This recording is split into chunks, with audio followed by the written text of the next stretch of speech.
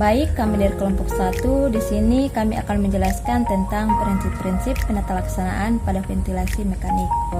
Dan di sini saya akan menjelaskan tentang tujuan ventilasi mekanik itu sendiri.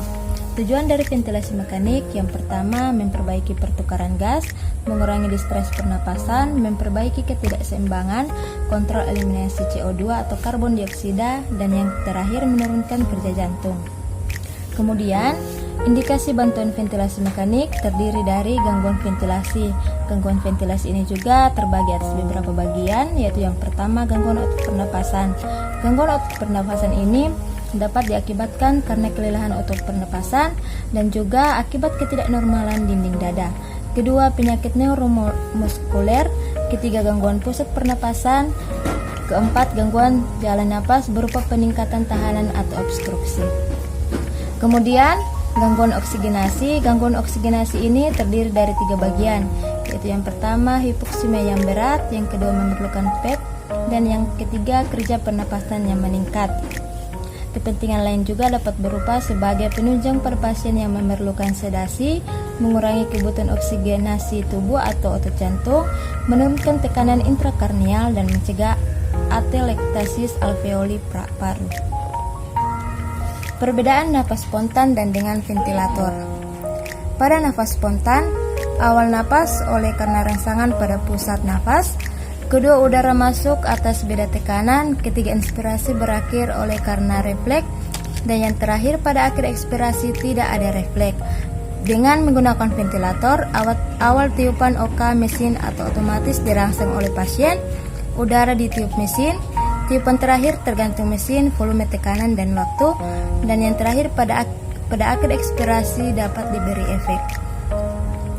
Kemudian jenis-jenis ventilator. Jenis-jenis ventilator yaitu yang pertama tekanan negatif. Ventilator ini tidak memerlukan ED karena ventilator ini membungkus tubuh. Kedua, tekanan positif atau PPF, positive pressure ventilation, terdiri dari volume, pressure, flow, dan time. Selanjutnya ada jenis-jenis ventilator. Yang pertama tekanan negatif. Ventilator ini tidak memerlukan ED karena ventilator ini membungkus tubuh. 2. Tekanan positif atau PPF, positive pressure ventilation, yang terdiri dari volume, pressure, flow, dan time. Kita masuk pada setting awal ventilator. Yang pertama itu ventilasi semenit atau minute volume sama dengan RR kali TV per 1000. Yang kedua RR yang terdiri dari 11 sampai 16 kali per menit. Pada COPD, RR harus dilihat dan dinilai untuk mendapatkan baselin PaCO2. Yang ketiga TV. Set awal 7 sampai 15 mili per kgBB. Pada ARDS gunakan volume lebih kecil 4 sampai 6 mili per kg untuk meminimaliskan tekanan jalan nafas. Yang keempat, PIP hendaknya diberikan agar paru tidak kolaps. Besarnya diterasi dengan parameter SaO2 lebih dari 88 sampai 90%, PaO2 55 sampai 70%, FiO2 60%. Yang kelima, FiO2. Level FiO2 dapat disetting untuk mendapatkan level PaO2 lebih dari 60% atau SaO2 lebih dari 90%. Selanjutnya, menentukan batasan-batasan alarm. Batasan-batasan alarm terdiri dari yang pertama itu airway pressure terendah dan tertinggi. Yang kedua, frekuensi nafas terendah dan tertinggi, minute volume terendah dan tertinggi, dan yang terakhir apnea periode. Kita masuk pada macam-macam mode dasar ventilator. Yang pertama, CMV Controlled Mechanical Ventilation. 1. Pasien pasif, tidak ada inisiatif bernafas karena penyakit GBS, dan dibuat karena penekanan pusat nafas, pelumpuhan otot. 2. Semua parameter nafas ditentukan oleh mesin, yaitu frekuensi nafas, tidal volume atau minute volume, lama inspirasi atau lama ekspirasi. CMV juga terbagi menjadi 2. Yang pertama, volume control, yang terdiri dari A. Banyaknya udara yang ditiup atau TV sesuai dengan setting mesin. B. Tekanan di jalan nafas bervariasi atau tergantung compliance.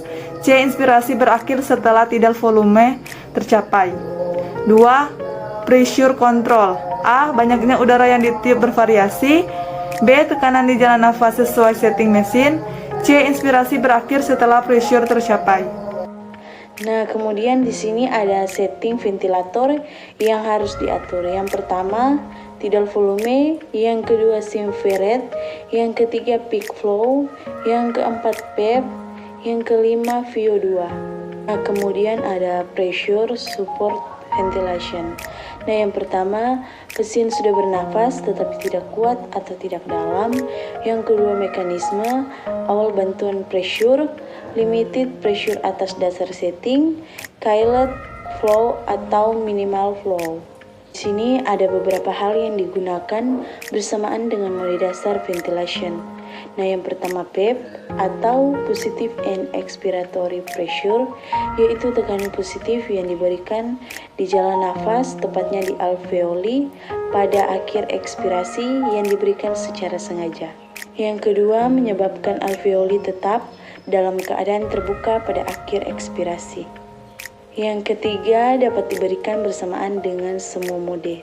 Yang keempat, dampak. Yang pertama, perbaikan oksigenasi. Yang kedua, volume paru meningkat. Yang ketiga, baru trauma. Yang keempat, hipotensi akibat CO menurun. Nah, kemudian ada continuous positive airway pressure. Pasien bernafas spontan tetapi pada akhir ekspirasi alveoli tidak kolaps sebab selalu ada tekanan PEP. Selanjutnya, variabel untuk monitoring pasien dengan ventilator. Yang pertama, pertukaran gas, tekanan oksigen arteri atau saturasi, tekanan CO2 arteri dan pH. Yang kedua, tekanan jalan nafas, peak inspiratory PIP. Yang ketiga, pola nafas, ventilasi semenit, volume tidal, frekuensi nafas. Yang keempat, hemodinamik. Yang pertama, tekanan darah, kedua, produksi urin, ketiga, cardiac output. Yang kelima, Gisvin, posisi ETT, tanda baru trauma, tanda-tanda pneumonia. Kemudian evaluasi pasien dengan ventilator. Yang pertama, status oksigenasi. Yang kedua, status ventilasi. Yang ketiga, perubahan mode. Yang keempat, status hemodinamik. Berikut waspadai penyulit. Yang pertama, fili, barotrauma, volutrauma, adeteksasi, biotrauma atau psikotrauma.